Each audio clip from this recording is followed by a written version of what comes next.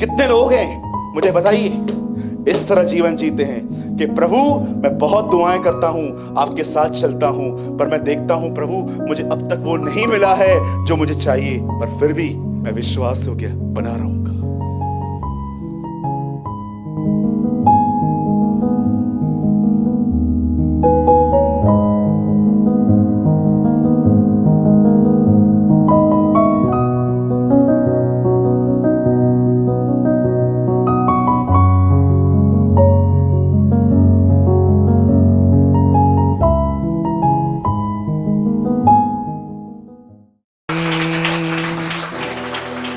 जिसने आकाश बनाया, जिसने पृथ्वी बनाई हो, जिसने आकाश बनाया, जिसने पृथ्वी बनाई, वो सर्वशक्तिमान प्रभु है, वो यहोवा हमारे संग संग है, वो सर्वशक्तिमान प्रभु है, वो यहोवा हमारे संग संग है, सेनाओं का यहोवा हमारे संग संग है, आपका परमेश्वर हमारा ऊंचा है, सेनाओं का यहोवा हमारे संग संग है, आपका परमेश्वर हमारा ऊंचा है। हालेलुया हालेलुया,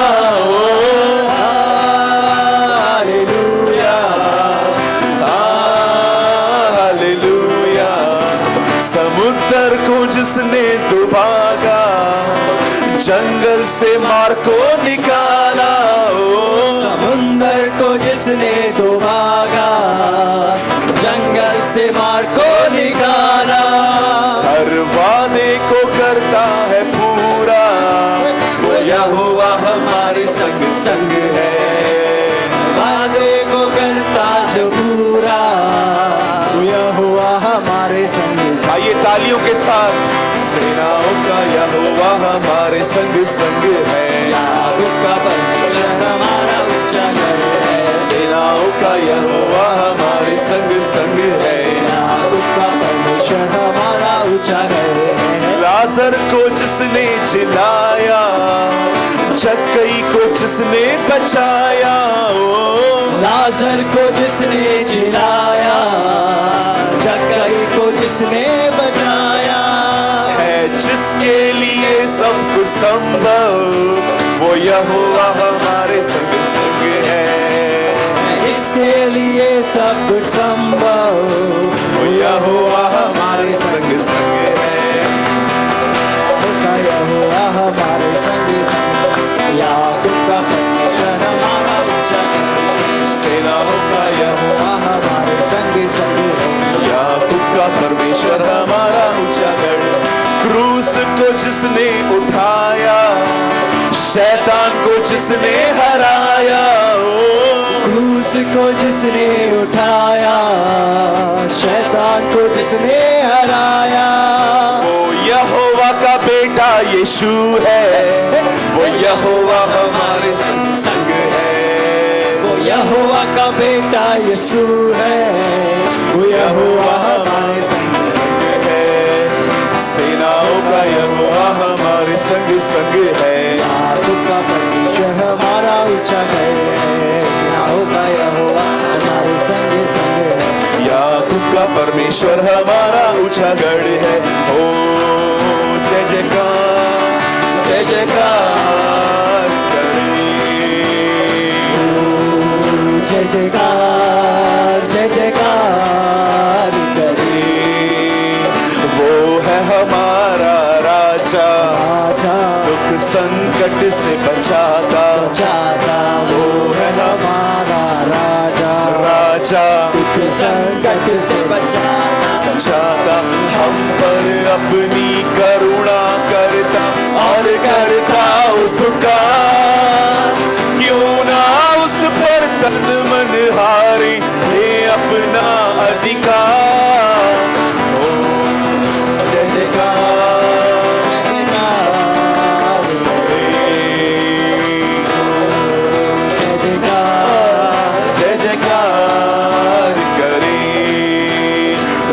पर जिसका भरोसा वो तो कभी न गिरेगा।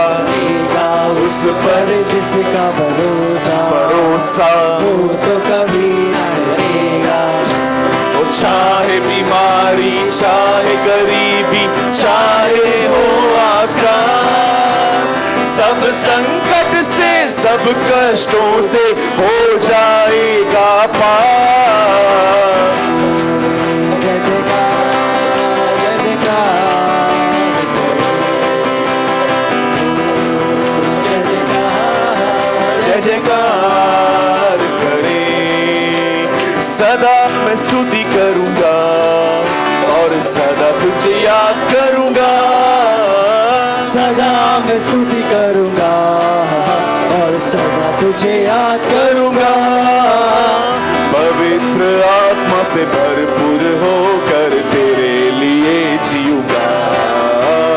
पवित्र आत्मा से भरपूर होकर लिए जीऊंगा। हालेलुया स्तुति करेंगे हम, यीशु की स्तुति करेंगे। हालेलुया स्तुति करेंगे, यीशु की स्तुति करेंगे।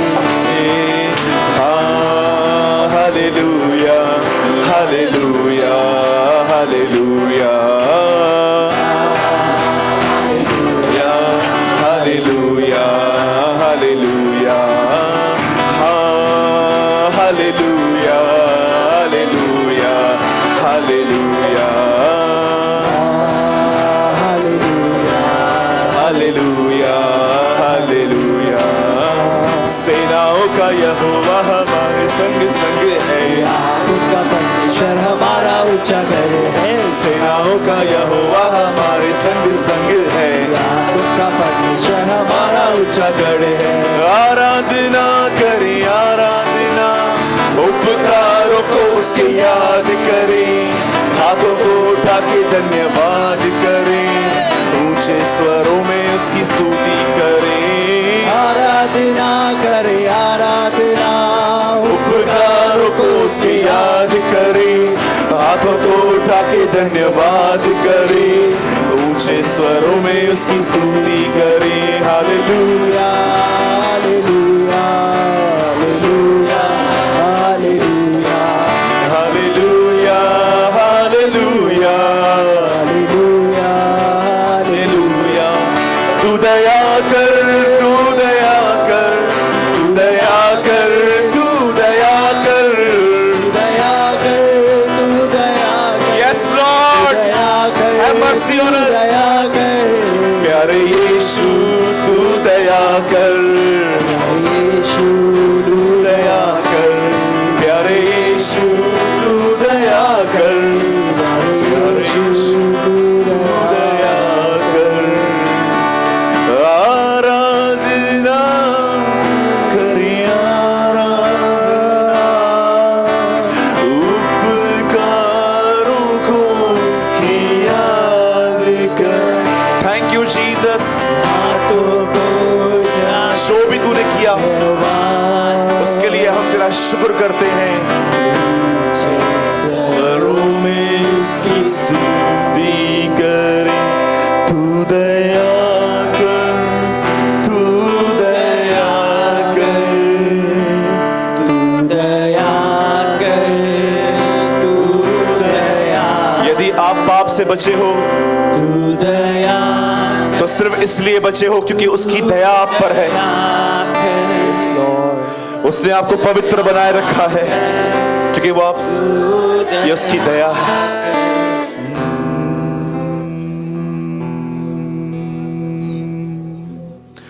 तू मेरा शरण स्थान, तू मेरा गढ़ है, संकट में मेरा दोस्त, मेरा प्रभु।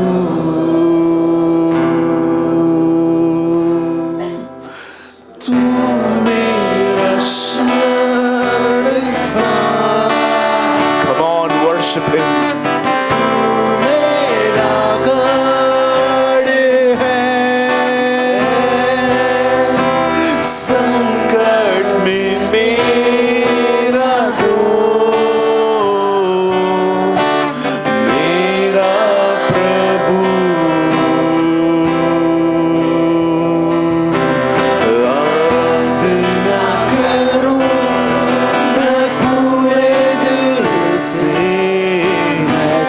तुझे ढूंढूंगा संपूर्ण जीवन में, तेरी सेवा करूंगा मेरी सारी चीजों से। मैं हूँ यहाँ,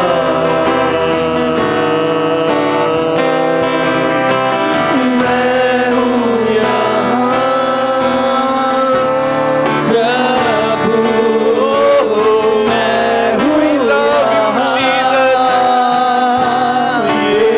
यीशु, मैं हूँ यहाँ प्रभु, मैं हूँ यहाँ।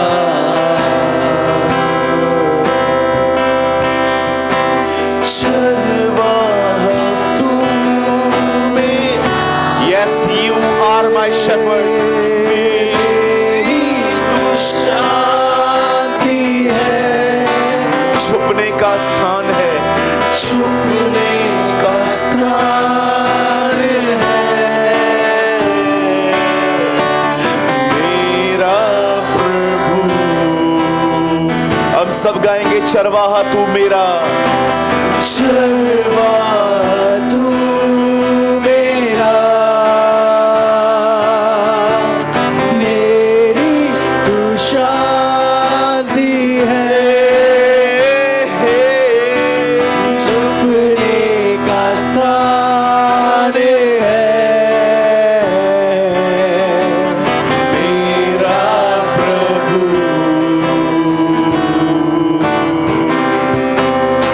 आराधना करूं मैं पूरे दिल से, मैं तुझे ढूंढूंगा संपूर्ण जीवन में, तेरी सेवा करूंगा मेरी सारी चीजों से।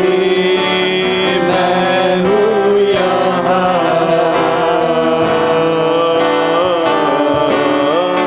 मैं हूँ यहाँ,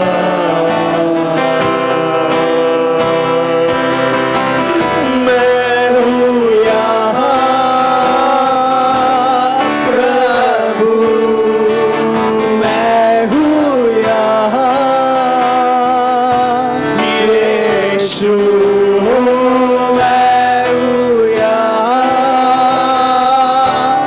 प्रभु, मैं हूँ यहाँ, मैं हूँ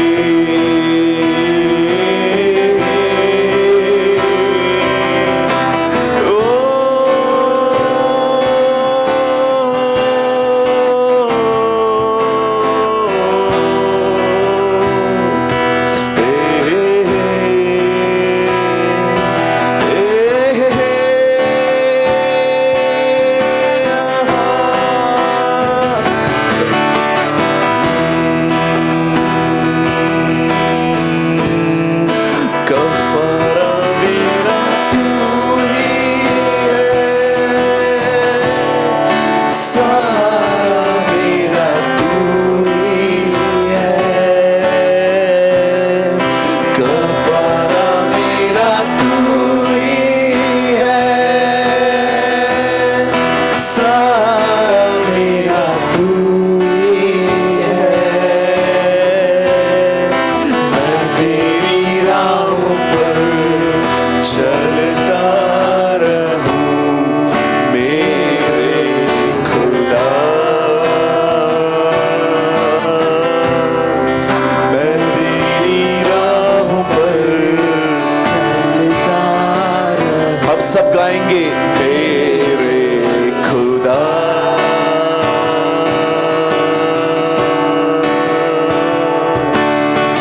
तेरे बिना कोई नहीं, जख्मों को जो भर सके, तेरे सिवा कोई नहीं, तेरे सिवा कोई नहीं, जख्मों को जो भर सके।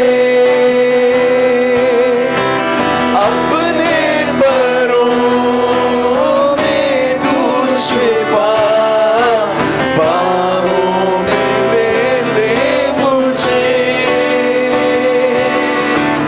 अपने परों में तू छिपा, बाहों में ले मुझे। तसल्ली तेरी बातों में, तेरे ही सीधे हाथों में। तसल्ली तेरी बातों में, तेरे ही सीधे हाथों में। मैं तेरी राह पर चलता रहूं मेरे खुदा। मैं तेरी राह पर चलता रहूं मेरे खुदा।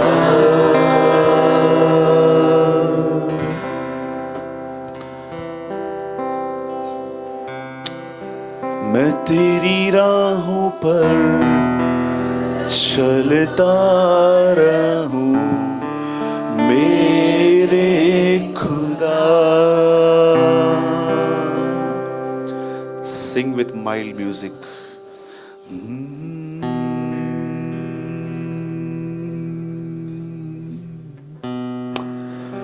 मैं क्यों डरा, धीमे से। मैं क्यों डरा, मेरा परमेश्वर मेरे नाल है।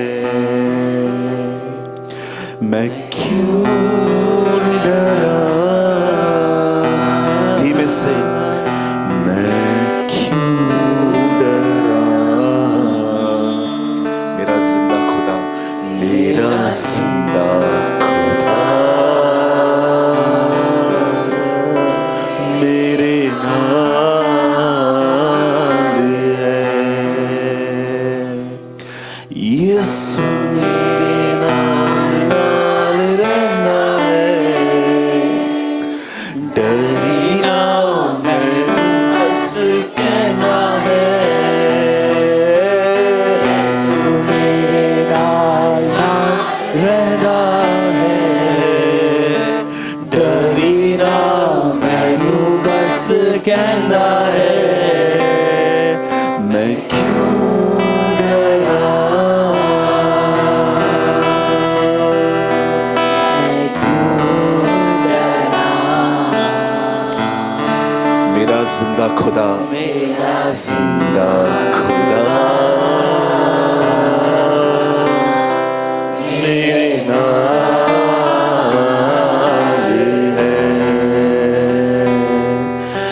जिथे भी मैं जावा मेरे अगे अगे चलदा, खाना शरिया नूल। जिथे भी मैं जावा मेरे आगे आगे चलदा,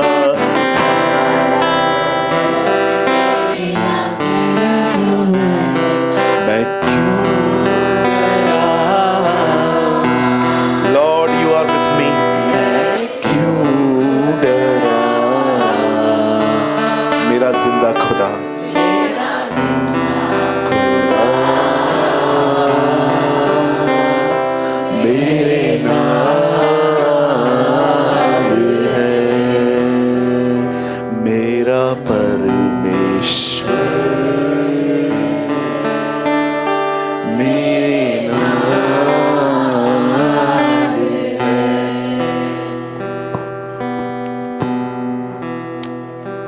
थैंक यू मास्टर।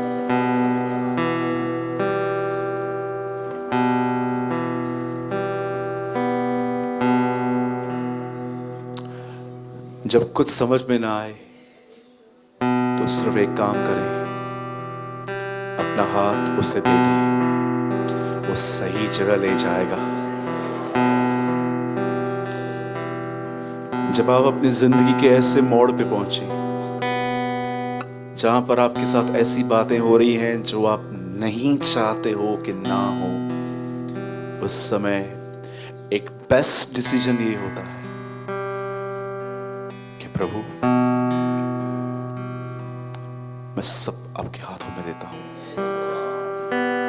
आप मेरे बाप हैं। एक बाप कभी अपने बच्चों को नहीं भटका सकता, वो आपको सही जगह पे ले जाएगा। आप सबसे ज्यादा सेफ उसके हाथ में हो। कोई तुम्हें मेरे हाथ से नहीं छुड़ा सकता। उसने कहा, कोई तुम्हें मेरे हाथ से नहीं छुड़ा सकता। प्रभु अपने लोगों को अपनी शांति से भर, अपने लोगों को अपने आनंद से भर। आज अपने लोगों को प्रेम कर, आज अपने लोगों को डांट, आज अपने लोगों को शेप दे, ताकि हम मसीह की तरह बनते जाएं। हम तुझे महिमा और आदर देते हैं। हम विश्वास करते हैं आज तू इस तरह बात करेगा जिस तरह तूने आज तक कभी बात नहीं की थी, और ये तू अपने नाम के निमित्त करेगा। हम तुझे महिमा देते हैं। दुआ को यीशु के नाम में मांगते हैं, आमीन। Praise the Lord.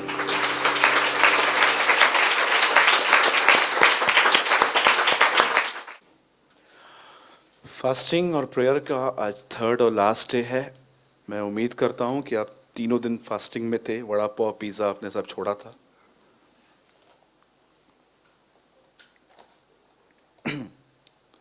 मैं आपको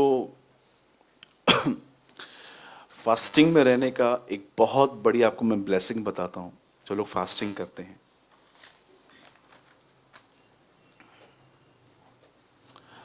आप जानते हैं बाइबल के अंदर शरीर के काम और आत्मा के काम लिखे गए हैं।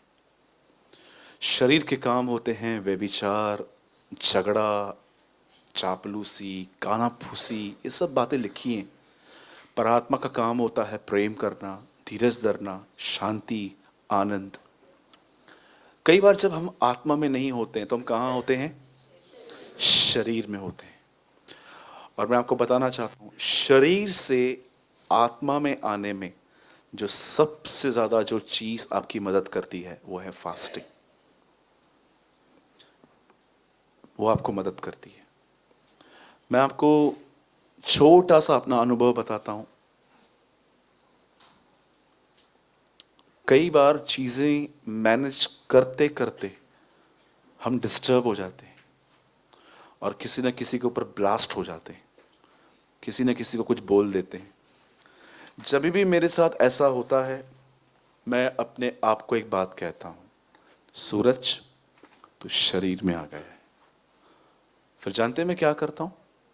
मैं हाफ डे फास्ट कर देता हूं, कभी कभी फुल डे भी करता हूं। जब मेरा मन बहुत भटकता है, मैं चाय, कॉफी, जूस, पानी ले लेता हूं। और फिर से, क्योंकि कई बार क्या होता है, लोग इतनी हार्ड फास्टिंग करते हैं, मैं कुछ नहीं खाऊंगा, मैं कुछ नहीं पीऊंगा। Okay, good. पर अगर आप सोचिए, अगर आपकी भूख ही आपको प्रभु में आपका मन नहीं लगने दे रही तो क्या फायदा? सोचो, आप भूखे हो, आपने ठान लिया है 9 बजे तक नहीं खाना है, और आप किसी रेस्टोरेंट से पास हो गए जहां पर पाव भाजी की पाव सेक रहा था वो, और बटर की खुशबू आपके अंदर, तब क्या करोगे? फिर तो आपको मन होगा। कुछ लोग होते हैं जो करते हैं ऐसा, वो सीधा प्रभु को बोलते हैं, प्रभु आप तो दयालु, बड़े अनुग्रहकारी, देर से गुस्सा करने वाले, ठीक है मैं खा लेता हूं। लेकिन कुछ लोग ऐसे भी होते हैं, तो लिव अ बैलेंस लाइफ। और कई लोग कहते हैं बदल मैं 40 डेज फास्टिंग करूंगा। तो मेरा एक रीजन है, क्यों? मेरा एक सवाल है आपसे, क्यों? प्रभु ने आपको कहा है तो फिर क्यों कर रहे हो? आप 40 डेज फास्टिंग तो करोगे, पर 41 हम लोग आपको कहाँ मिलने आएंगे वो हमको पता है। फिर आप हम लोग को बुलाओगे और बोलोगे प्रे फॉर मी। क्या हुआ? सलीन चढ़ा हुआ है, ये ग्लूकोज देखो। ये उन लोगों की हालत है जिनको प्रभु ने नहीं कहा है, अपनी मर्जी से चलते रहते हैं। मैं जब देखता हूँ मेरी सेहत ठीक नहीं है, मैं फास्टिंग नहीं करता। और मैं जब लोग मुझसे पूछते हैं ब्रदर मेरी तबीयत ठीक नहीं है, मैं फास्टिंग करूं, मैं बोलता हूं नहीं। थोड़ा सा खाना खाओ हल्का, प्रभु के साथ बैठो। आप जानते हो परमेश्वर के वचन के अनुसार फास्टिंग में खाना छोड़ने से भी इंपॉर्टेंट चीज क्या है? आपका मन प्रभु में हो, उससे इंपॉर्टेंट ये है। मैं खाना क्यों छोड़ता हूं को पता है? ताकि मेरा मन खाने पीने से निकले और प्रभु में लगे। पर भूख की वजह से मेरा मन वहां नहीं, पेट में अटका हुआ है, तो मैं कहां जाऊं? राइट? जब भी आप देखो ना कि आप न चाहते हुए भी गुस्सा कर रहे हो, न चाहते हुए भी लोगों को देखकर आपको जलन हो रही है कि ये खुश कैसे बैठा है मुझे परेशान करके, जब भी आपकी ऐसी लाइफ हो ना, मैं आपको सिंपल एडवाइस देता हूं, half day full day fasting में चले जाओ। और मैं आपसे विनती करता हूं हाथ जोड़ के, फास्टिंग में यहां वहां मत घूमो। उसको फास्टिंग नहीं कहते, उसको डाइटिंग कहते हैं। तो ब्रदर हमारी तो जॉब है, चलो ठीक है, मॉर्निंग में जल्दी उठो, थोड़ा प्रभु के साथ टाइम स्पेंड करके फिर जाओ। वो तो मुझसे नहीं होता, तो तू फास्टिंग करता क्यों है? No benefit. सब आपका, हेड भी मेरा टेल भी मेरा, फास्टिंग करनी भी है, प्रभु के साथ भी नहीं बैठना है। नो, लिखा है अखाड़े में लड़ने वाला योद्धा अगर नियमों से न लड़े तो वो इनाम क्यों पाएगा? आपको कुछ बातें समझनी है। अगर आप बोलते हो ब्रदर मेरी नींद नहीं खुलती है, तो मैं आपको उसका कारण बताता हूं। आप 1 बजे सोएंगे, आप 6 बजे उठ पाएंगे? बोलिए बोलिए। आप देखिए आपकी कुछ गलतियां हैं इसमें। पहले का दाऊद उठता था सुबह 4 बजे, आज का दाऊद सोता ही रात को 4 बजे, तो कैसे उठेगा?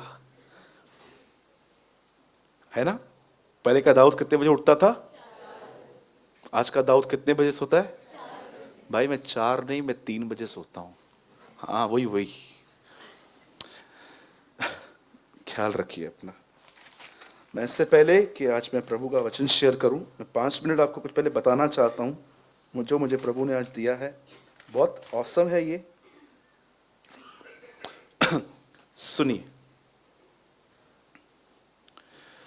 मैं जब नया नियम पढ़ता हूं, जब मैं नया ऐदनामा पढ़ता हूं, मुझे उर्दू बाइबल पढ़ना बहुत पसंद है क्योंकि उनके लफ्ज़ बहुत लियाकत वाले हैं। बहुत इज्जत लगती है मुझे जैसे वो बात करते हैं इस अदब से। हिंदी बाइबल भी मैं रोज पढ़ता हूँ, इंग्लिश भी पढ़ता हूँ। मैं आपको एक चीज़ बताता हूँ जो मैंने इन दिनों में लर्न की है। मैं इन दिनों में उन चेलों के ऊपर स्टडी कर रहा हूँ जिनको यीशु ने चुना जीते जी, और जिनको उसने चुना मरने और जी उठने के बाद। और मैंने उसके चेलों में एक बात देखी, वो किसी से नहीं डरते थे। मैंने उसके चेलों में एक बात देखी, वो कभी अपना समय व्यर्थ नहीं बिताते थे। मैंने उसके चेलों में एक बात देखी जो मुझे बहुत अच्छी लगी, वो हर सिचुएशन पर ऊपर ऊपर खड़े थे।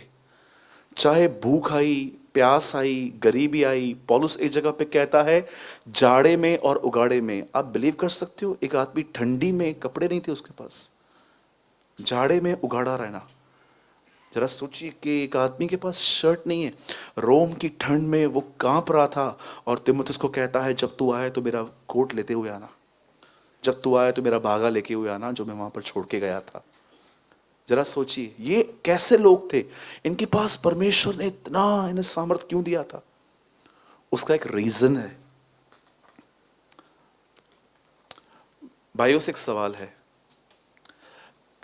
जितने भी भाई लोग यहां बैठे हैं, लाइफ में कभी एक बार आपके साथ ऐसा हुआ कि आपने शर्ट के बटन्स उल्टे सीधे पहन लिए?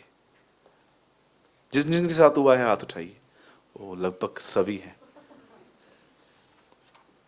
अगर एक बटन ऊपर एक बटन नीचे होता है, शर्ट कैसे दिखती है? मुझे आज भी याद है, एक बार मैं ये पहन के घर से निकल गया था और सब मुझे देख रहे थे, और मैं सोच रहा था ये सब मुझे क्यों देख रहे हैं। कितना ऑकवर्ड फील होता है ना कि आपका एक शर्ट बटन नीचे एक ऊपर है। बिल्कुल यही होता है उन लोगों के साथ जिनकी जिंदगी में प्रभु का पहला स्थान नहीं है। उनकी लाइफ भी ऐसी रहती है। एक बटन ठीक से पहनना पूरे शर्ट की क्रीज ठीक कर देता है। आप जानते हो, अगर आपके लाइफ में बहुत सारे डिस्टर्बेंस हैं, प्रॉब्लम्स हैं, आप कंफ्यूजन में रहने वाले व्यक्ति हो, तो मैं आपको बताना चाहता हूं, अपनी प्राथमिकताएं बदलो। जरा देखो आप अपने लाइफ में किस चीज को सबसे ज्यादा वैल्यू देते हो। जॉब को, बिजनेस को, किसको दे रहे हो?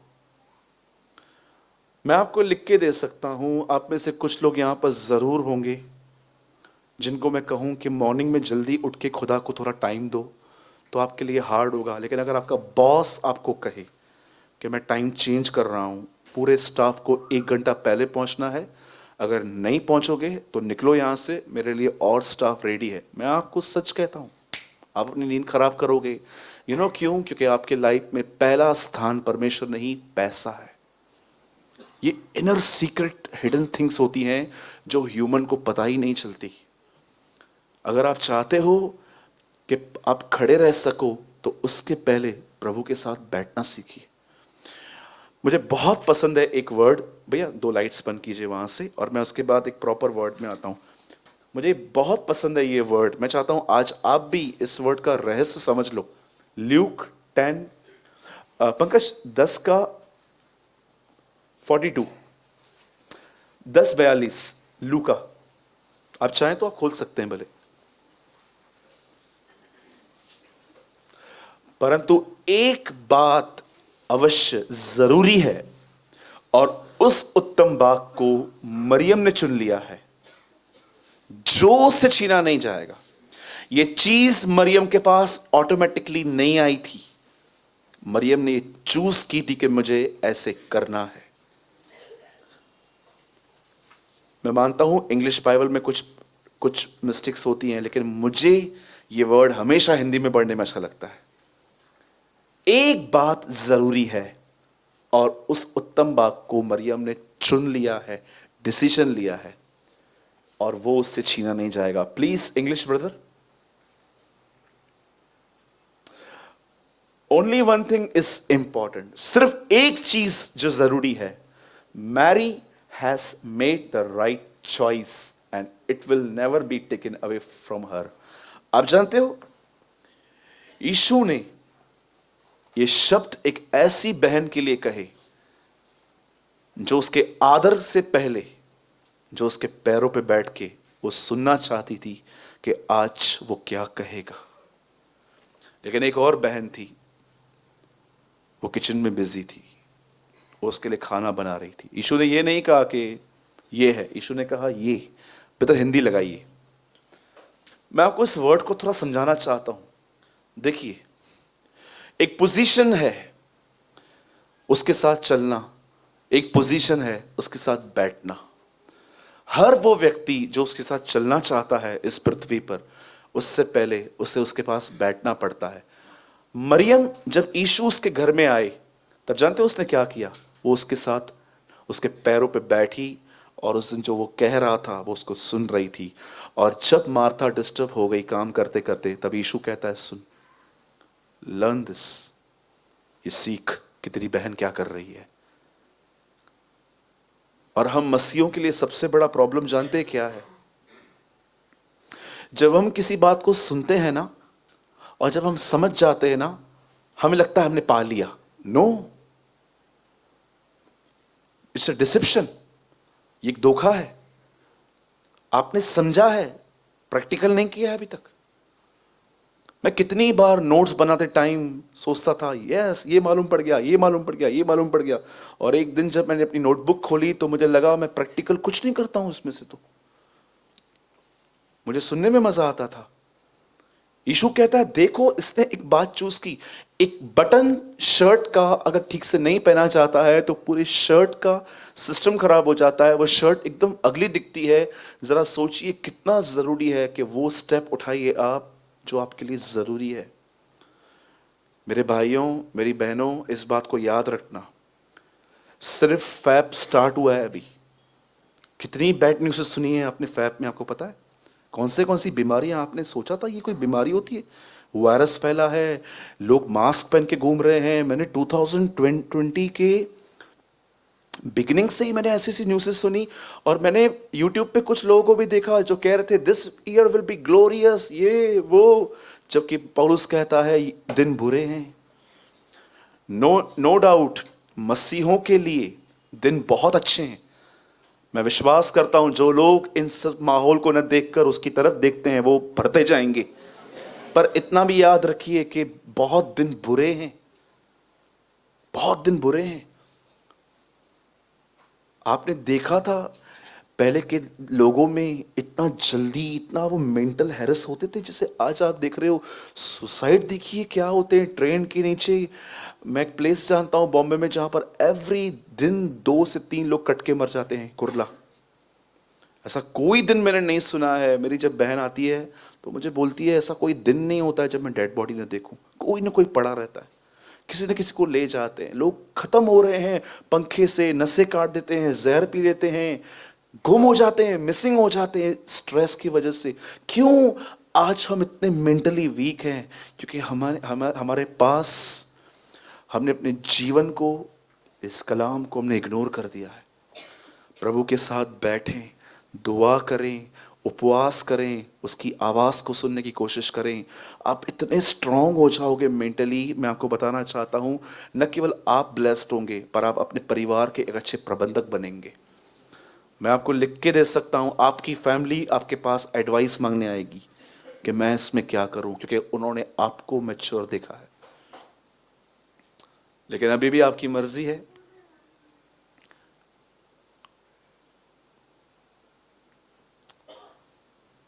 मुझे रिसेंटली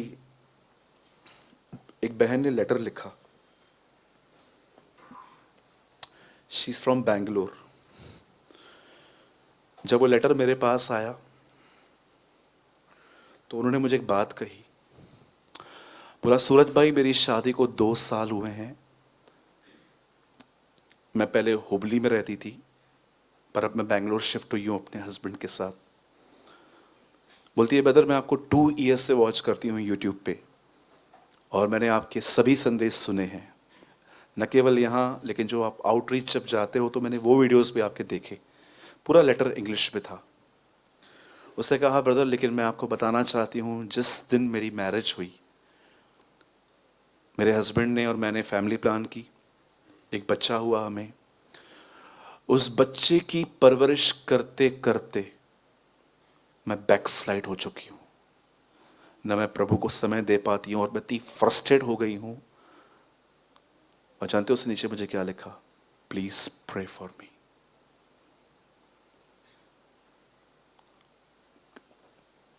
मैं उस बहन को रिप्लाई करना चाहता था लेकिन नहीं कर पा रहा हूँ। मैं उस बहन को रिप्लाई करना चाहता था, बहन कोई समय था खुदा तुम्हारे लिए खुदा था, पर अब कोई और चीज तुम्हारे लिए खुदा बन गई। आप जानते हो अगर आप ऐसी सिचुएशन में हो तो आपको क्या करना चाहिए? जब आपके पास छोटे बच्चे हैं, एक माँ जब बच्चा पैदा होता है जैसे मॉर्निंग में उठती है पहले उसका ध्यान होता है बेबी क्या कर रहा है। रात को सोने से पहले वो उसको सुला के फिर सोती है। मैं आपको सब एक बात बताना चाहता हूँ, जब आपका बच्चा सो जाए उसके बाद अपना कुछ समय खुदा को दो। आप ये मत समझना कि ये 3-4 साल में ग्रो हो जाएगा फिर उसके बाद कुछ आपके पास और जिम्मेदारी आएगी। कभी भी ये मत सोचना कि कल संडे होगा, परसों सोमवार होगा, दिन आने वाले हैं मेरे जब ऐसे होगा कि मैं एकदम फ्री हो जाऊंगा। कभी नहीं होगा ऐसा। जब भी आप कुछ सुनो और आप ये अपने आप से कहो बस कल से शुरू, ये धोखा है। आज उद्धार का दिन है लिखा है, आज की रोटी हमें दे। एवरी सिंगल डे आपको अपने लाइफ में डिसीजंस लेने पड़ते हैं। आपको मैं सच बताऊं, मेरे को 1 जनवरी का कभी वेट नहीं होता है। कभी कभी लोग देखे होंगे आपने 1 जनवरी को, बस बस बस बस 1 जनवरी, बस आ रहा है ना अभी न्यू ईयर, एकदम मैं नया। अरे ये तूने 5 साल पहले भी बोला था। जो डेट्स का वेट करते हैं ना, वो कभी चेंज नहीं हो पाते। एक प्रभु के दास ने भी बताई थी मुझे बात। आज सोचो आज कहाँ पर हो। ठीक है ब्रदर, मैं मानती हूँ मेरी गलतियां हैं, मैं कल से ध्यान दूंगी। गया गया वचन।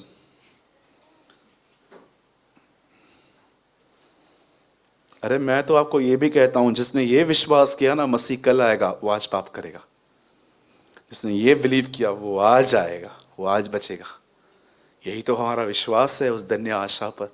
ब्लेस्ड होप इन अवर लॉर्ड जीसस क्राइस्ट।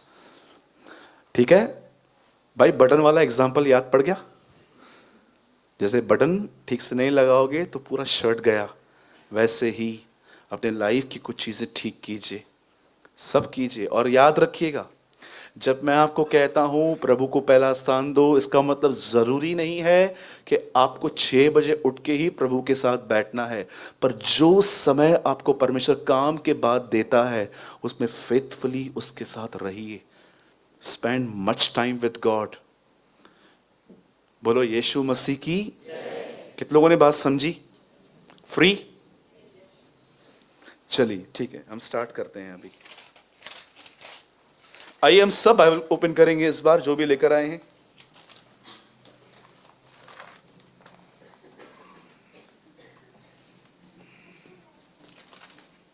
आइए अपना हाथ उठाइए और मेरे पीछे कहें, प्रभु मैं विश्वास करता हूं आने वाले दिनों में आप मुझे अनुशासन सिखाएंगे, मुझे डिसिप्लिन में रहना सिखाएंगे।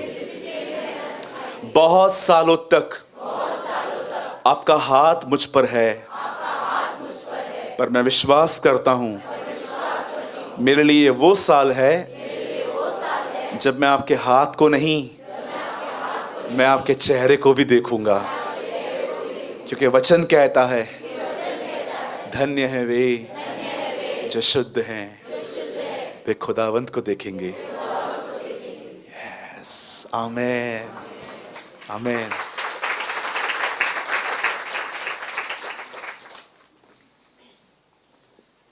मत्ती की किताब।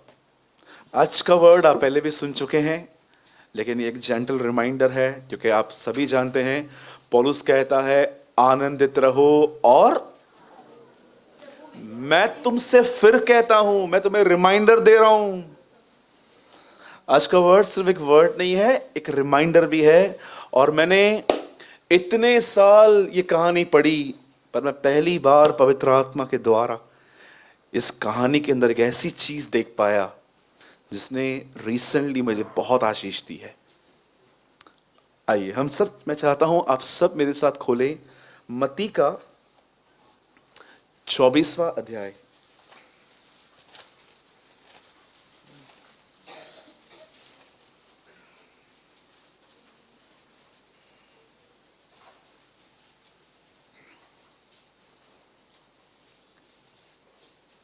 जो सोए हैं कहेंगे जय मसीह की। चलो जो 2-4 सोए हैं वो भी उठ जाइए, वैसे तो सभी जाग रहे हैं। जो सोए हैं कहेंगे जय मसीह की। हाँ चलो अभी स्टार्ट करना चाहिए। मत्ती 24वां अध्याय, ये 23वें अध्याय के बाद आता है। ठीक है, हंसा कीजिए बहुत। खड़ूस लोगों से कम घूमिए। किनके साथ घूमना है? जो आपको हंसाते हैं। और ऑब्जेक्ट किसको रखते हैं हंसाने का? दूसरों को नहीं, खुद को। ठीक है, दूसरों पे कभी भी। एक दिन प्रभु टीम खड़ी करेगा जो आप पे हंसेगी। आमीन। कभी भी दूसरों के नाक को देखकर, मुझे इतना दुख हुआ। मैं एक भाई के साथ था इन दिनों में, तो एक आदमी की आंख थोड़ी इस तरफ थी, तो उसने उसको बोला सी करजत का सारा। मैंने उसको बोला शेम ऑन यू, बेशरम इंसान है तू, क्या बात करता है यार। वो बेचारा, वो क्या बाय बर्थ है ना वो। कितनी गंदी बातें हैं जब लोग ऐसे मजाक उड़ाते हैं दूसरों का, ये तो मोटा है, ये तो पतला है। अरे हमको जैसा भी बनाया है ना, हमें खुदा ने बनाया है और वो हम पे बहुत इम्प्रेस है। हाँ, बोलो यीशु ने मुझ पे जान लुटाई है, आप क्या लुटा सकते हो? हाँ, कितने लोग ये बात जानते हैं, आपके पास में इस समय दुनिया का सबसे खूबसूरत व्यक्ति बैठा है। देखो। हाँ, मेरी माँ कहती है मैं लाखों में एक हूं। मैं माँ को बोलता हूं तू झूठ बोलती है, मैं करोड़ों में एक हूं। मैं मजाक कर रहा हूं, मैं आपको स्पेशल फील करवाना चाहता हूं ताकि आप किसी के सामने बैक मत करो। प्यार, इज्जत, प्यार, इज्जत, कभी ऐसे न बनो। खुदा हमसे प्रेम करता है और हमारा आदर वो करता है, लोग करें या न करें, डोंट केयर। और किसी को भी बालों से, दाढ़ियों से, पौनी, पफ, इन सब चीजों से किसको भी इंप्रेस करने की कोशिश न करें, क्योंकि मैं आपको बताना चाहता हूं एक है जो ऑलरेडी आप पे बहुत इंप्रेस हो चुका है और उसका नाम यीशु मसीह है, राइट? और मैं आपको बताना चाहता हूं उन भाइयों को भी वो बहुत पसंद करता है जिनके बाल नहीं है। आमीन। आपको लगता है कि आपको यीशु लुक्स दिखता है? एक बच्चा जो कचरा बीन के खाता है ना, वो उससे भी उतनी ही मोहब्बत करता है, वो उसके लिए भी मरा है। एक प्रभु की महान दासी ने कहा, अगर तुम इस पृथ्वी पे अकेले व्यक्ति होते और पाप करते, तुम्हें अकेले को बचाने के लिए वो क्रूस पे मरता। That's his love. कि कभी कभी हम बोलते हैं ना यीशु दुनिया के लिए मरा, इट्स अ हिस्ट्री। जब यीशु मेरे लिए मरा, it's not a history, it's a testimony. मैं ये नहीं कहूंगा कि वो दुनिया के, वो मेरे लिए मरा है। आइए हम सब खोलेंगे मत्ती 24वां अध्याय। जो लोग सोए हैं उठ जाइए, बहुत ऑसम वर्ड है। 24:37 मैं आपके लिए पढ़ रहा हूं। जैसे नूह के दिन थे वैसे ही, बोलिए वैसे ही, मनुष्य के पुत्र का आना भी होगा। 38 ब्रदर। क्योंकि जैसे जल प्रलय से पहले के दिनों में, जिस दिन तक नूह जहाज पर न चढ़ा था, उस दिन तक लोग खाते पीते थे और उनमें ब्याह शादी होती थी। आगे, और जब तक जल प्रलय आकर उन सबको बहा न ले गया, तब तक उनको कुछ भी मालूम न पड़ा। वैसे ही मनुष्य के पुत्र का आना भी होगा। प्लीज भैया English. When the Son of Man comes, it will be the same as what happened during Noah's time. आगे, in those days before the flood, people were eating and drinking, marrying and giving their children to be married, right up to the day of Noah entered the boat. आगे, they knew nothing about what was happening until the flood came and destroyed them all. It will be the same when the Son of Man comes. सुनिए, मैं चाहता हूं आप सब straight यहां देखें। अब लिसन,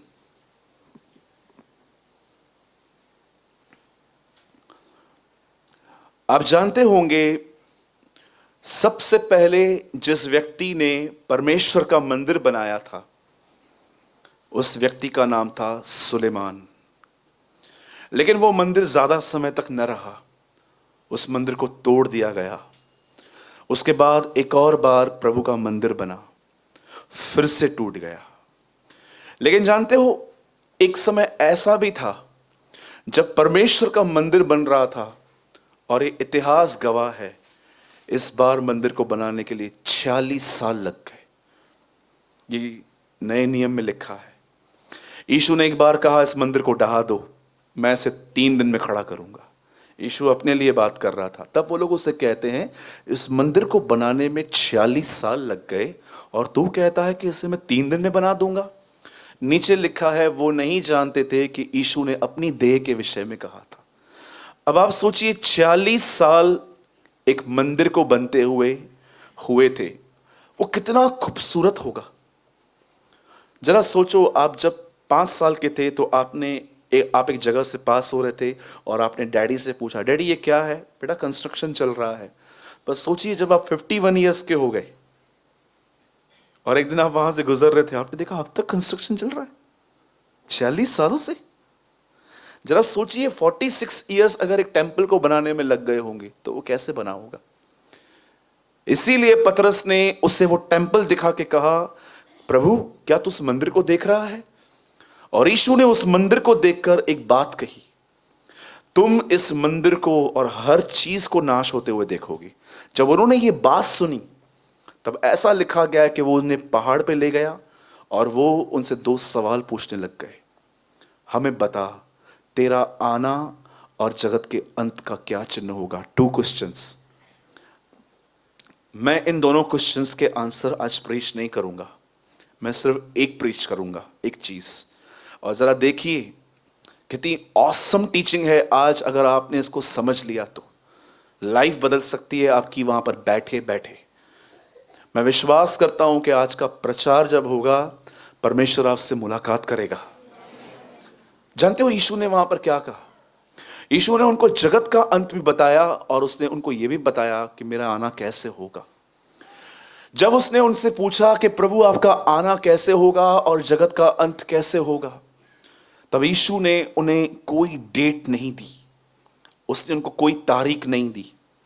आज भी बहुत सारे जो लोग हैं, मैं आपको बताना चाहता हूं, वो अनबिब्लिकल थिंग्स को ढूंढ रहे हैं, मसीह के आने के चिन्ह ढूंढो, लेकिन उन तारीखों को ढूंढते रहते हैं। बहुत सारे लोगों ने प्रोक्लेम किया था यीशु इस साल में आएगा, वो साल में आएगा, ये साल में आएगा, वो साल में आएगा। मैं आपको बताना चाहता हूं, जो चीज इस पृथ्वी पर यीशु अपने आप में नहीं रखता था वो आप क्यों ढूंढने की कोशिश कर रहे हैं? उसने ये कभी भी नहीं कहा कि उन सीजन्स को ढूंढो कि मैं कब, वो उस तारीख को ढूंढो। उसने कहा सुनो, तैयार रहो। आप जानते हो बाइबल सबसे ज्यादा किस चीज पे जोर देती है? तैयारी पर। क्या फायदा मुझे पूरा ज्ञान हो पर मैं तैयार नहीं हूं? इससे अच्छा लेस नॉलेज हो पर मैं तैयार रहूं। अब यीशु ने वहां पर कहा कि मेरे आने से पहले नूह के दिन आएंगे। अब अगर आप चाहते हैं कि नूह के दिनों में क्या था, तो बहुत सिंपल क्वेश्चन आंसर है, आपको नूह के दिनों के बारे में पढ़ना पड़ेगा। आपको उन चैप्टर्स में जाना पड़ेगा जहां पर ये बातें लिखी गई हैं। और मैंने इन दिनों में उन सारे अध्यायों को पढ़ लिया और मैं एक ऐसी चीज वहां पर देख पाया जो मैं आज आपसे शेयर करना चाहता हूं। और मुझे लगता है कि आपने बहुत बार बाइबल पढ़ी होगी, आपने बहुत बार इन बातों के बारे में संदेश सुने होंगे, पर जरा देखिए क्या आपने ये लर्न किया है आज तक? आप जानते हो बाइबल ऐसा बताती है उन दिनों में इंसान के मन में जो कुछ पैदा होता था नूह के दिनों में वो बुरा ही होता था। भलाई के विचार ही नहीं आते थे। हमेशा कुछ न कुछ गंदगी अंदर से निकलती थी। मुझे आज भी बहुत अच्छे से एक बात याद है। मुझे एक व्यक्ति से कुछ समय पहले बात करनी थी। मैंने उसे कई बार कॉल किया, वैसे मेरा फोन नहीं उठाया। आप ट्रस्ट कीजिए, चौथी बार मैंने उसको कॉल नहीं किया। कुछ साल पहले की बात है। मुझे एक भाई ने कहा फोन कर लो ना। मैंने बोला बस अब मैं और अपनी बेइज्जती नहीं करवाऊंगा। बोला क्यों, क्या हुआ? ये कोई तरीका है? 2 घंटे से कॉल कर रहा हूं, उसको उठाने का टाइम नहीं है।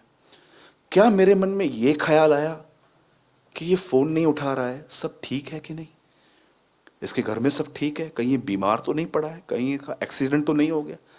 आप ट्रस्ट कीजिए, नेक्स्ट डे उस भाई ने जानते मुझे कॉल क्या किया? बोला भाई माँ की शुगर बहुत बढ़ गई थी, उसे लेके जाना पड़ा। और मैं अपने आप में सोच रहा था मैं कैसा व्यक्ति हूं, मैं क्या कर रहा हूं।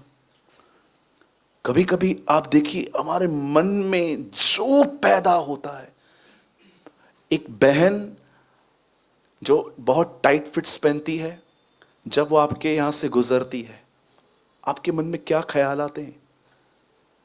आप जानते हो? क्या आप ये कहते हो? मैं कभी कभी सोचता था कि जब यीशु के सामने स्त्रियां जाती होंगी तो यीशु उनको देखकर, अब सीधी सी बात है, यीशु पट्टी पहन के तो नहीं घूमता था। ऐसा लिखा है कि यीशु काली पट्टी पहन के घूमता था।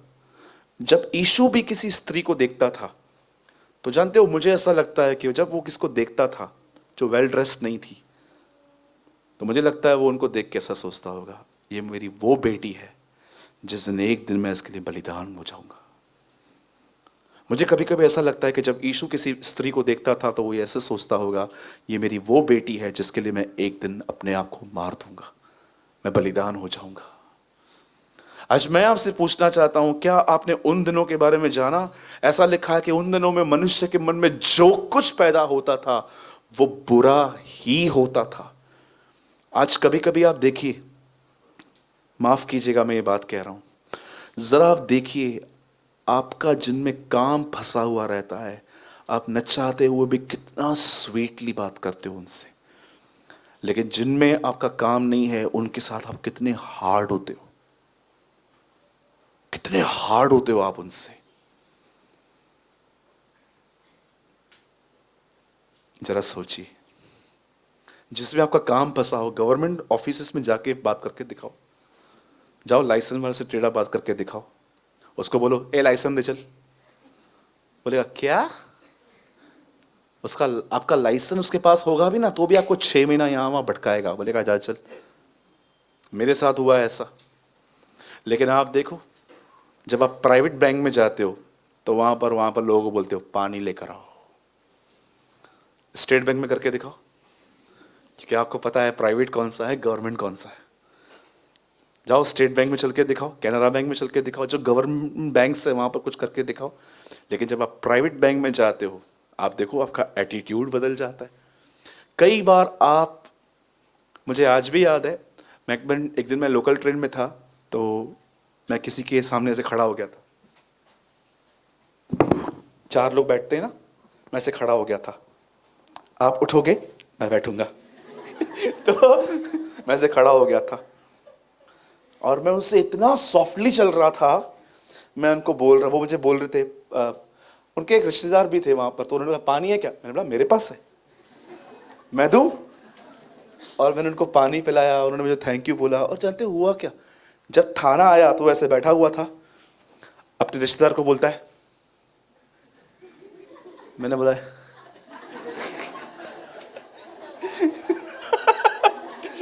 उसको बोलता है, और जैसे उठा वो बैठा, मैं अंदर में। मुझे प्रभु ने कहा ढोंगी, क्यों अच्छा चल रहा था? काम नहीं हुआ तो रियल हो गया मैं। कभी कभी आप देखो, जिनमें आपका काम फंसा हुआ रहता है, काम वाली बाई को तो आजकल रानियों की तरह रखा जाता है, क्योंकि पता है अगर ये नहीं आई तो कल काम वाली बाई मैं हूं, है ना? अब भाई लोग भी देखिए, वर्कर्स से कभी कभी जिसको पूरा काम आता है उसके गुलाम बन जाते हैं, तो कल आएगा ना भाई, आना, मैं किधर जाने वाला हूं।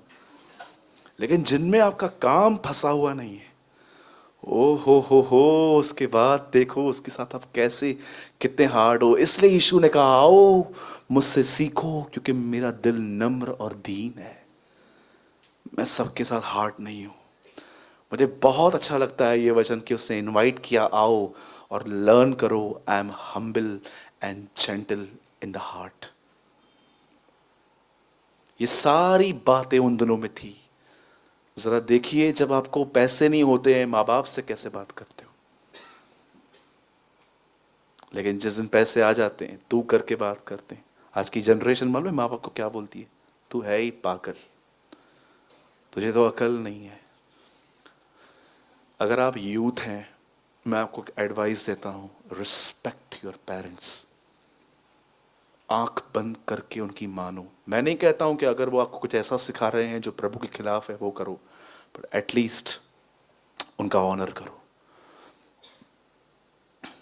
जरा उन लोगों से पूछो जाके जिन्होंने माँ बाप खो दिए,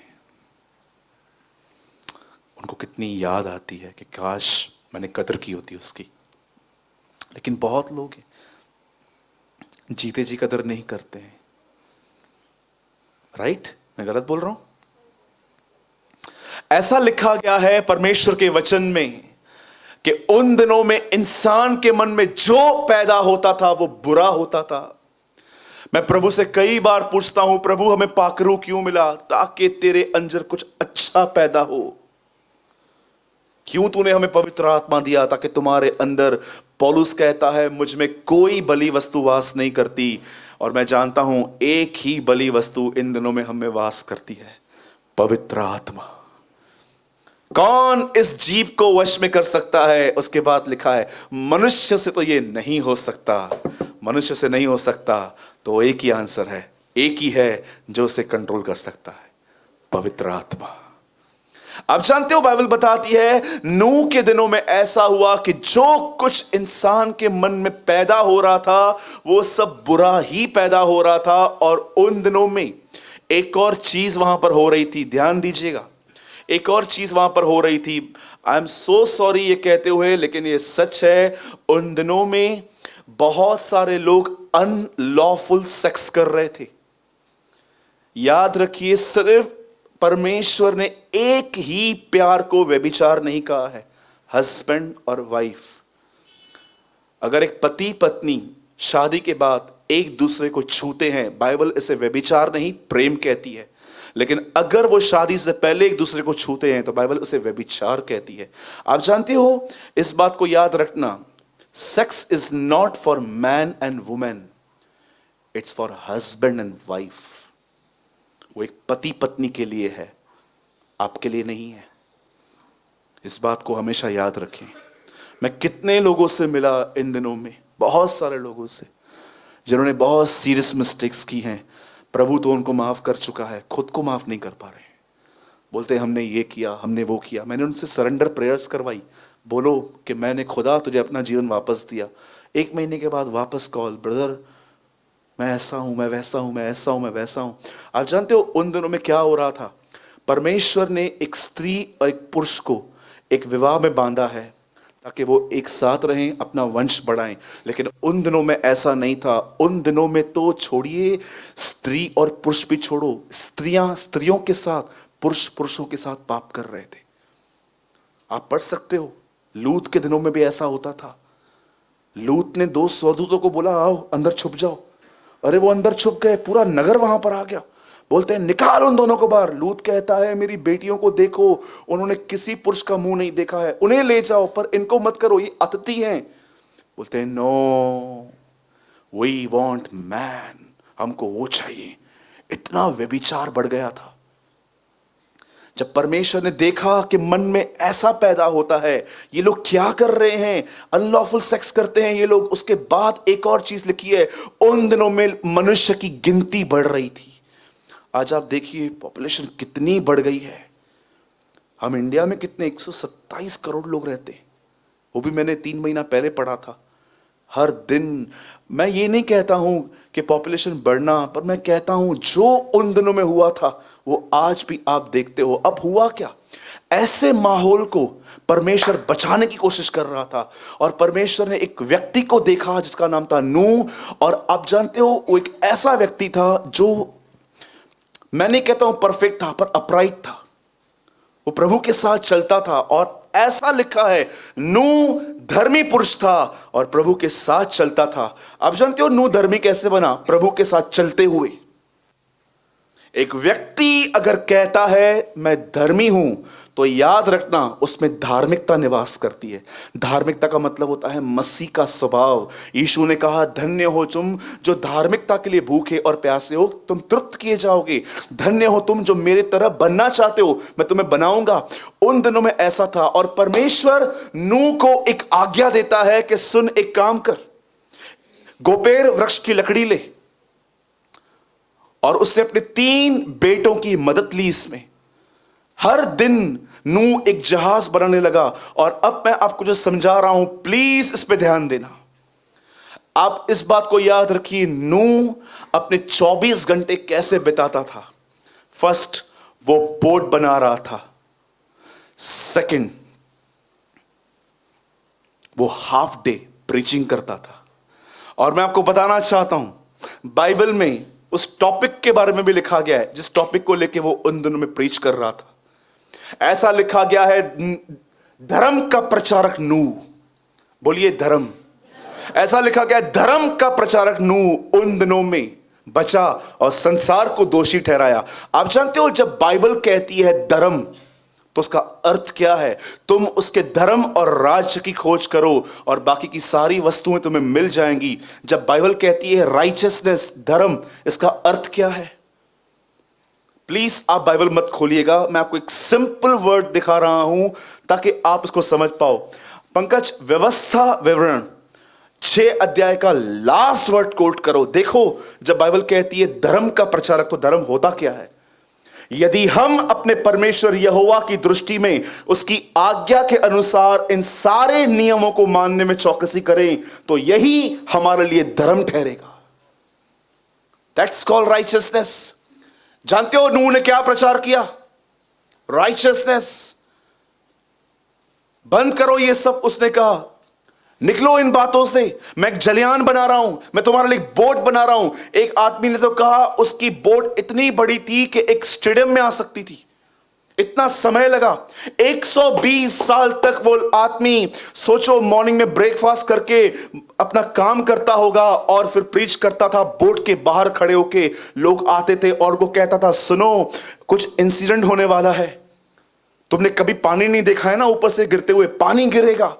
ये बोट है, चलो, पर इस बोट में चढ़ने से पहले पश्चाताप करो, रिपेंट करो, आओ ऊपर, तुम बचोगे। कोई बात नहीं मान रहा था। सबको लग रहा था ये एकदम ही इज अ क्रेजी, ये पागल है, ऐसी बातें कहता है। लोगों ने आज तक क्या देखा है आसमान में? प्लेन, परिंदों को उड़ते हुए, रॉकेट्स उड़ते हुए। क्या वो इस बात पे बिलीव करते हैं कि इसी आसमान पे अब बहुत जल्द एक व्यक्ति आने वाला है अपनी कलीसिया को उठाने के लिए?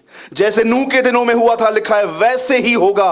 और बाइबल ऐसा बताती है, 120 साल तक प्रचार हुआ।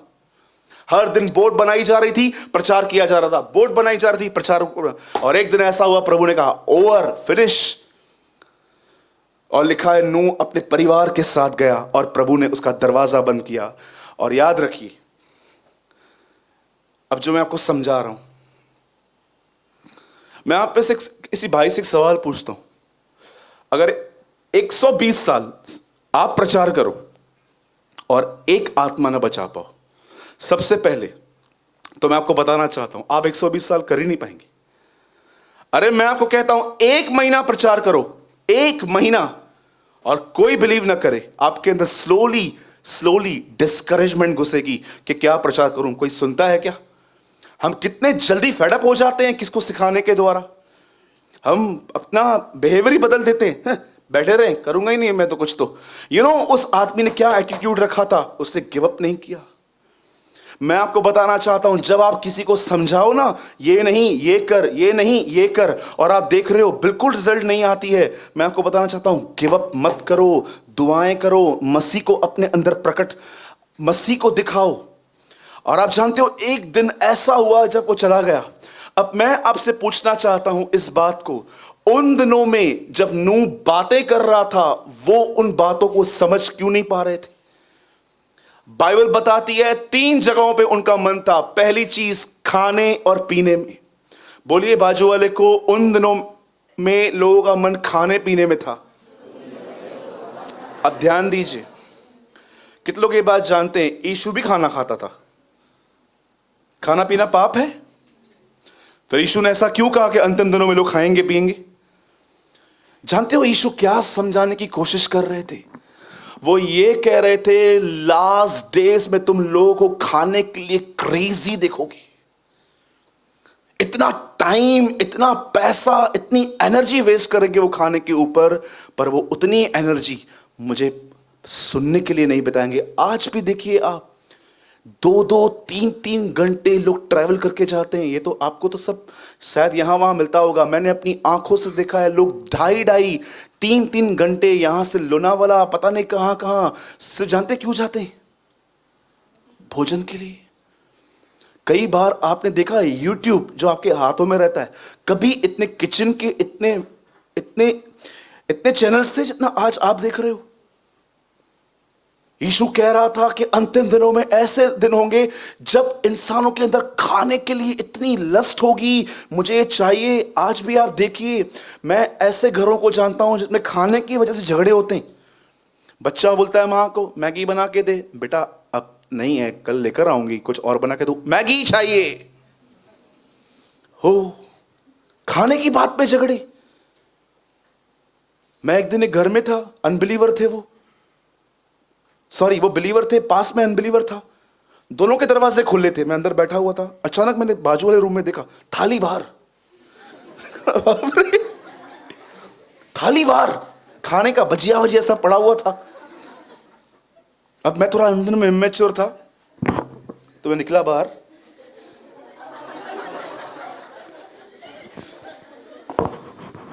और वो आदमी इतना गुस्से में था, मैं अंदर चला आया कि जो मुझे मिलने वाला है वो भी ना फेंक दे।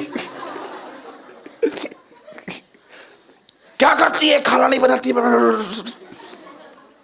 रे, ये खाने के लिए।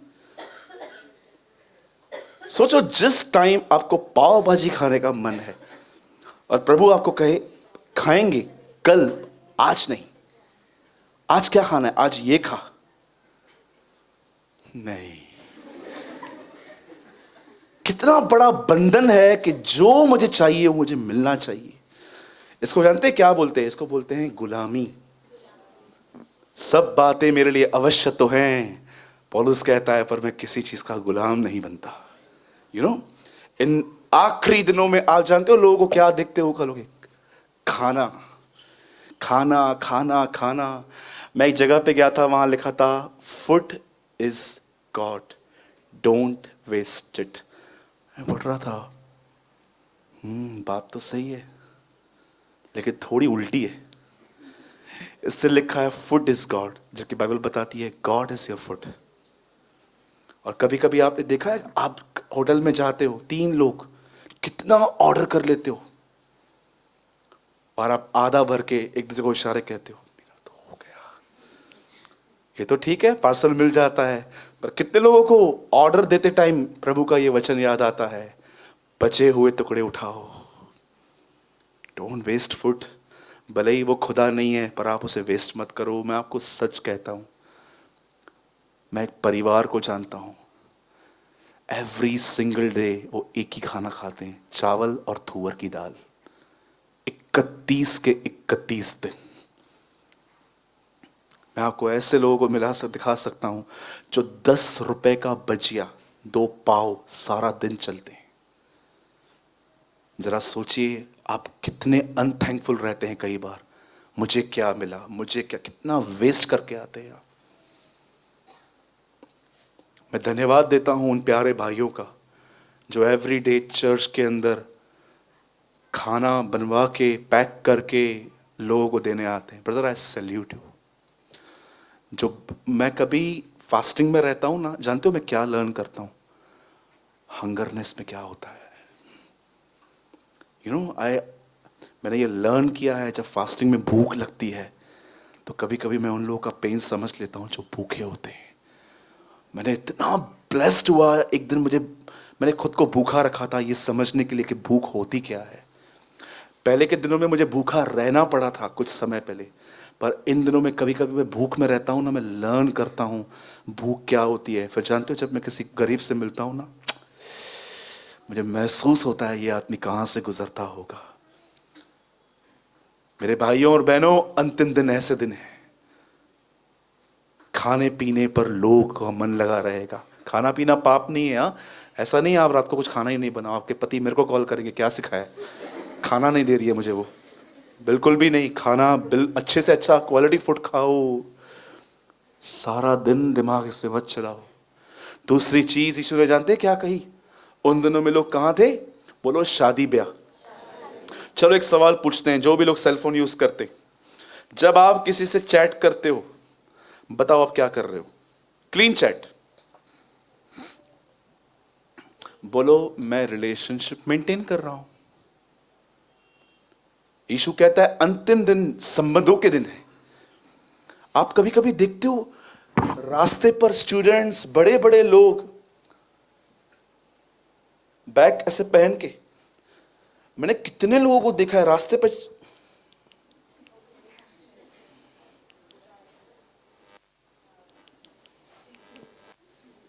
एक लड़की तो गटर में गिर गई थी। हाँ, हमारी चर्च है, आरकेटी के पास चर्च थी, गिर गई थी। सैंडविच वाले ने बोला ये आपकी तरफ आ रही थी क्या, देखो कौन है। हम लोग वहां पर गए तो उससे बोला भैया हाथ दो ना। हमने हाथ दिया तो हमने बोला आप कैसे गिर गए, इतना इतना डीप खड्डा है। चैट कर रही थी, पता ही नहीं चला उसको। कभी कभी आपने ये बात देखी है, किसी से रिलेशन मेंटेन करते करते आपका पूरा दिन बर्बाद हो गया। आप इतने इम्बैलेंस क्यों हो?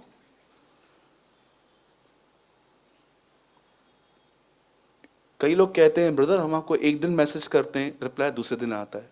क्यों? आप फर्स्ट नहीं हो मेरे लिए, शायद तीसरे दिन भी आएगा।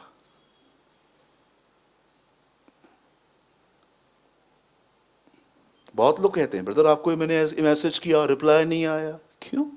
आप मुझे सैलरी देते हो?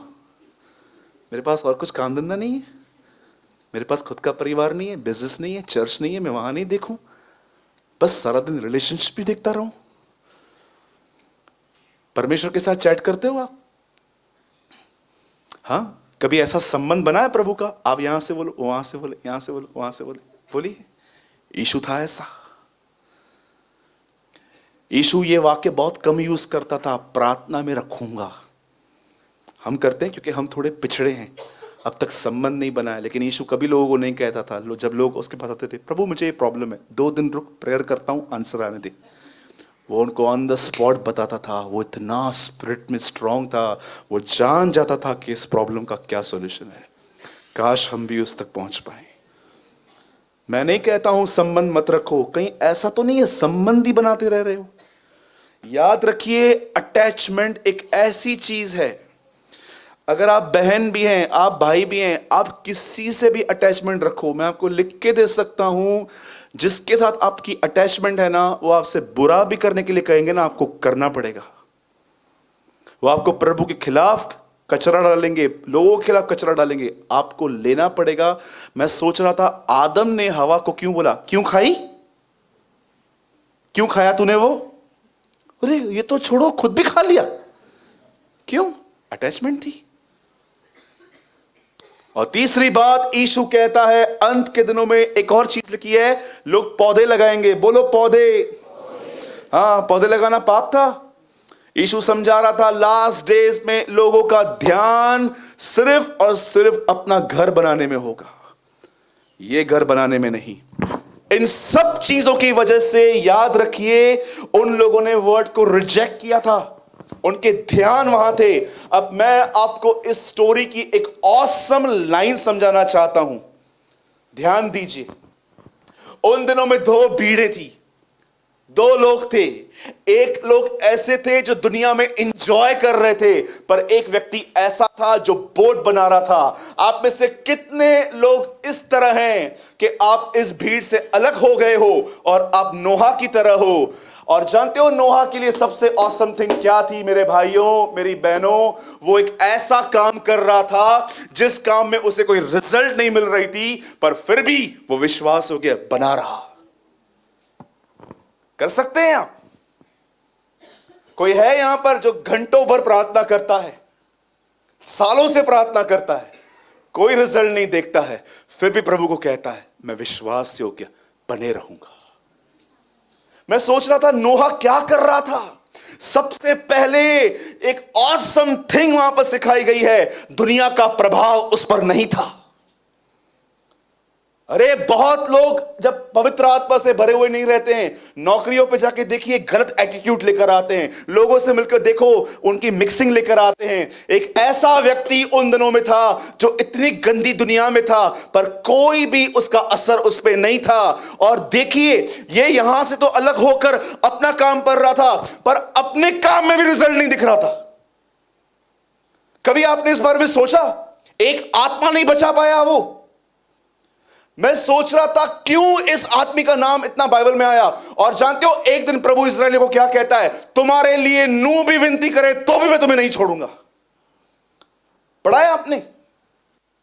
ये आजकल की किताब में लिखा गया है, चाहे नूह, दानियल, यूसुफ जिंदा होते तो भी मैं तुम्हारी नहीं सुनूंगा। परमेश्वर एक राइचियस मैन को हजारों सालों तक प्रभु से नहीं भूला था।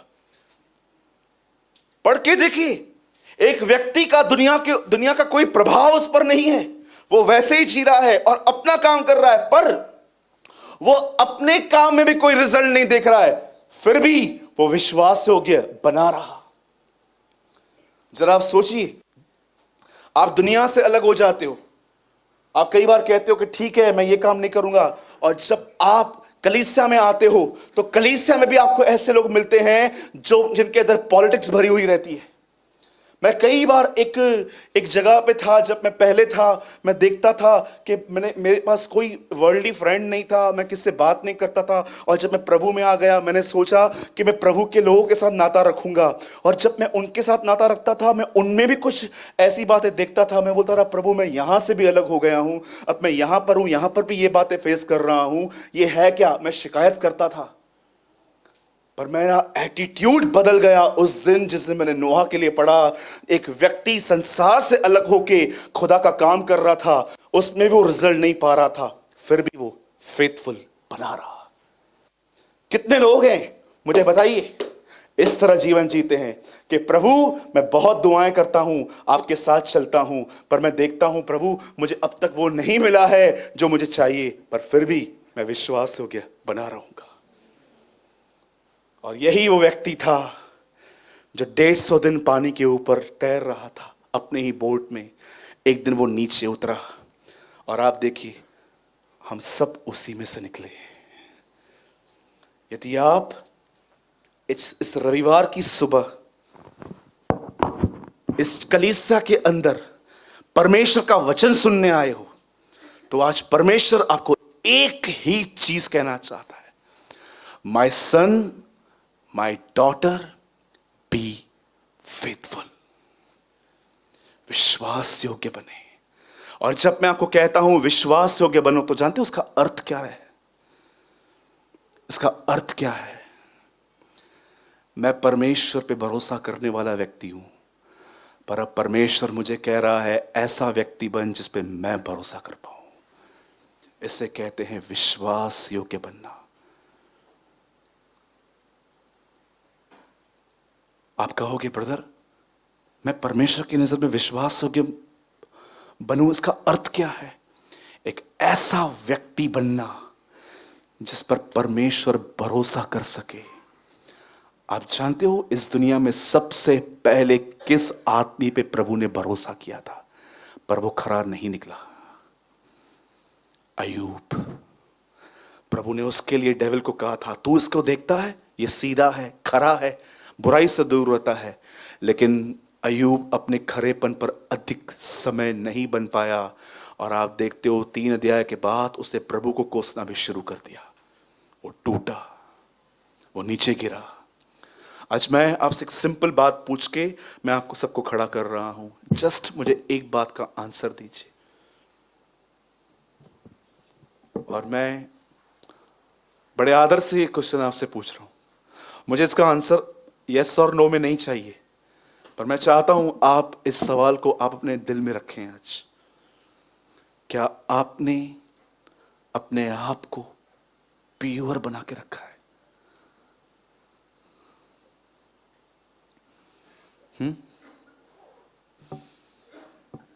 बोलिए,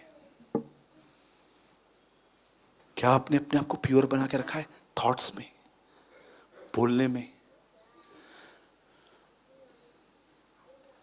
एक भाई ने मुझे कहा, ब्रदर मैं 3 महीने से आपकी कलीसिया में आ रहा हूं, मैंने आपको आशीषों के लिए ज्यादा बोलते हुए मैंने नहीं सुना है। मैंने कहा, ब्रदर यीशु ने कहा उसके राज्य की खोज करो, बाकी की वस्तुएं ऐसे ही मिल जाएंगी। मैं लोगों को उसका राज्य ढूंढना सिखा रहा हूं, क्योंकि मुझे पता है ये राज्य ढूंढेंगे, जो कुछ कमी घटी है खुदा दे देगा। जस्ट आस्क योरसेल्फ, पूछिए अपने आप से। एक व्यक्ति दुनिया से अलग था, पर वो अपने काम में भी इतने फल नहीं देख रहा था, फिर भी वो फेथफुल था। ये बात अलग है उससे ड्रिंक बहुत सालों के बाद की। एक दिन वो ईगो में आ गया, यस मेरे द्वारा ड्रिंक कर दी उसने, ये उसका एंड था। मैं बिलीव करता हूं वो घमंड की वजह से गिरा लास्ट डेज में, बट स्टार्टिंग में बोट से पहले क्या उसका जीवन था। परमेश्वर मास्टर, उसके प्रभु ने उसके लिए मास्टर प्लान बना के रखा था कि इसे बचाना है। मेरे भाइयों, मेरी बहनों, विश्वास योग्य बने रहें, बी फेथफुल। धन्य है वह विश्वास योग्य सेवक, यीशु कहता है वो बहुत सारी चीजों का अधिकारी बनेगा।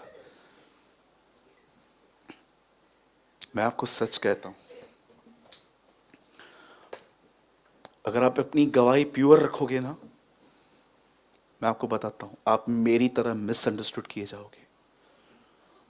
जैसे बहुत सारे लोग शायद मेरे लिए कुछ गलत ओपिनियन रखते हो कि नहीं ऐसा है ऐसा है ऐसा है, पर मैं आपको बताना चाहता हूं इनकी कोई फिक्र मत करो। Live for God. समय आएगा, वेट कीजिए, समय आएगा, ये भी खड़े होंगे, हम भी खड़े होंगे। परमेश्वर अप्रूव करेगा कि हम अंदर से कैसे थे, हम कैसे काम कर रहे थे। मैं आपको बताना चाहता हूं, याद रखिएगा इस बात को, आप विश्वास योग्य बनेंगे ना, आप फेथफुल बनेंगे ना, आप बहुत मिसअंडरस्टूड किए जाएंगे, परिवार के द्वारा, लोगों के द्वारा, और अंत में चर्च के द्वारा। हमारे ही आपके ही कलीसियाओं में, मंडलियों में कुछ लोग ऐसे होंगे जो आपको ठीक तरह से नहीं समझेंगे। वो आपके लिए अपनी राय बना लेंगे कि नहीं ये ऐसा है। हो सकता है कि वो अपना कचरा किसी और में भी इम्पार्ट कर दें आपके लिए, पर कभी मत सोचना, डिस्करेज मत होना। लिव फॉर गॉड, उसके लिए जीते रहना। हम यहां पर लोगों के लिए नहीं हैं, हम अपने परमेश्वर के लिए हैं। हम जानते हैं मसीह लौटेगा बहुत जल्द, हम जानते हैं उसके सामने खड़े होंगे। आइए बाइबल बंद कर दीजिए।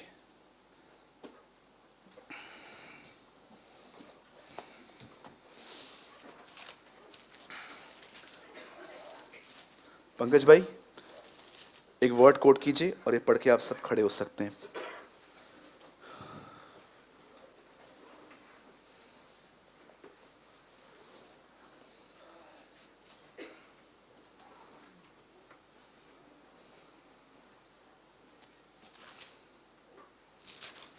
क्या किसी को वो वचन याद है कि मनुष्य के पुत्र के सामने खड़े होने के योग्य बन सको? किसी को भी अगर मिल रहा है प्लीज मुझे नंबर बताइए। पंकज जरा ढूंढिए, मैं चाहता हूं ये वर्ड हम सब पढ़ें और उसके बाद हम खड़े हो जाएं।